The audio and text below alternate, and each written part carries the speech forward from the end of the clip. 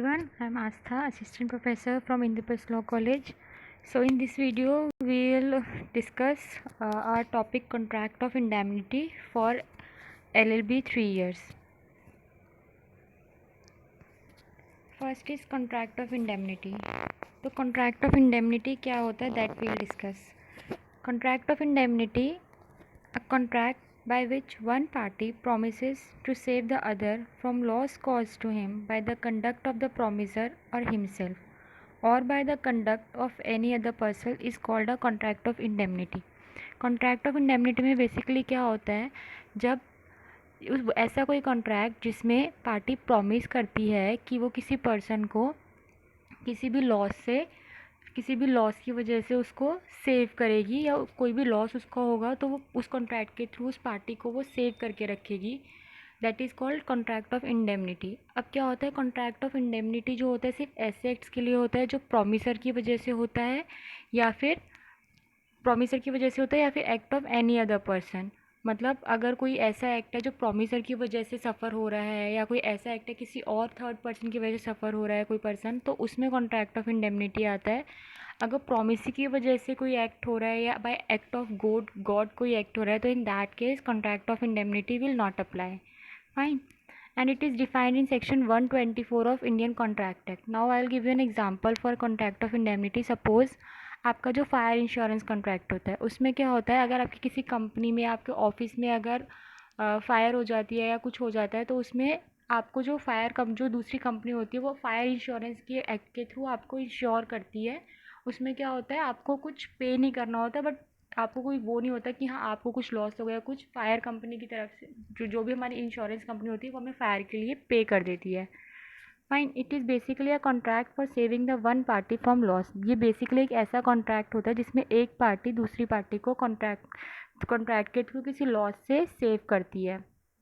General principle is one is liable for his own acts. मतलब basically जो ये देखा जाता है कि जो पर्सन होता है वो सिर्फ अपने एक्ट्स के लिए लाइबल होता है, वो दूसरों के एक्ट के लिए लाइबल नहीं होता. बट इस केस में क्या होता है, एक्सेप्शनल आ जाती है कॉन्ट्रैक्ट ऑफ इंडेमनिटी में, जिसमें कि जो पर्सन होता है वो दूसरों के एक्ट के लिए भी लाइबल होता है. जैसे फायर है, फायर किसी की वजह से लग सकती है, तो उसमें क्या होता है, फायर इंश्योरेंस कंपनी के एक्ट के थ्रू, फायर इंश्योरेंस एक्ट के थ्रू आपको वो इंश्योरेंस मिल जाता है. अब इट हार्डली डिपेंड्स कि फायर किस वजह से लगी है. फाइन.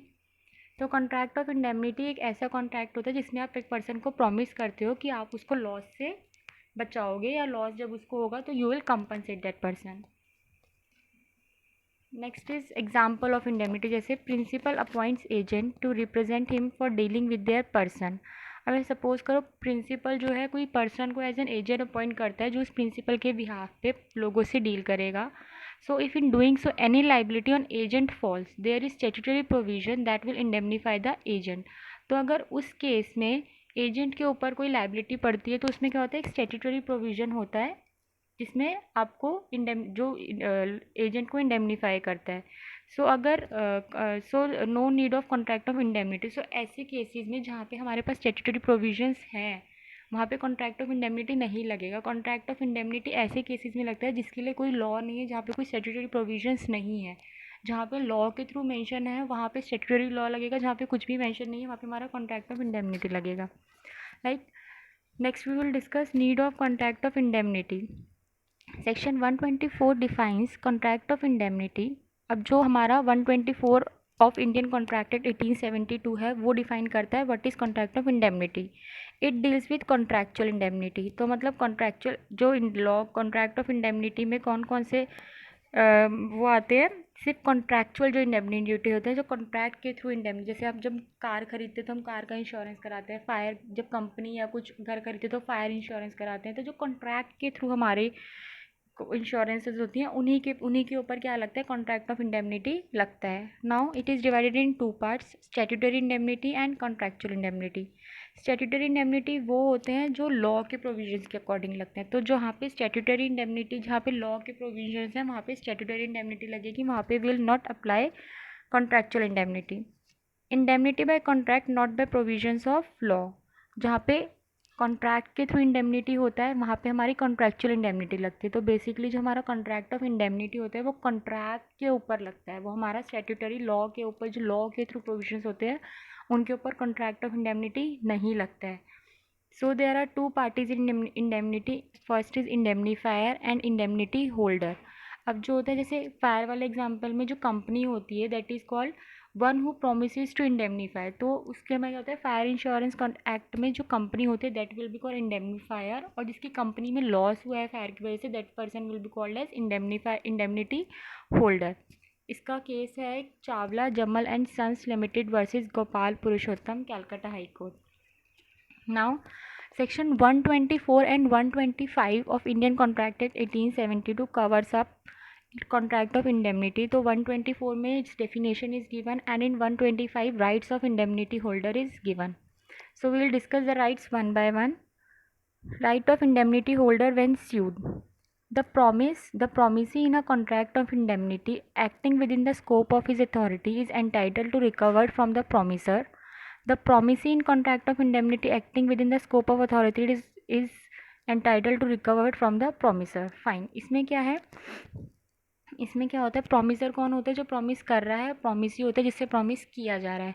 तो प्रॉमिस जो कॉन्ट्रैक्ट ऑफ इंडेमनिटी में क्या होता है, प्रॉमिसी जो होता है अथॉरिटी होती है उसके पास कि वो उस अपने प्रॉमिसर से जितनी भी उसकी अथॉरिटी के अंदर जितने भी उसने उससे प्रॉमिस किए हैं उनको लेके वो रिकवर कर सकता है।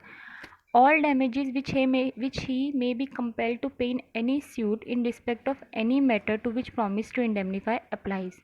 तो इट सेज कि डैमेजेस कवर होती हैं हमारी। Next is all cost which he may be compelled to pay in any suit if in bringing और defending it he did not contravene the order of the promisor.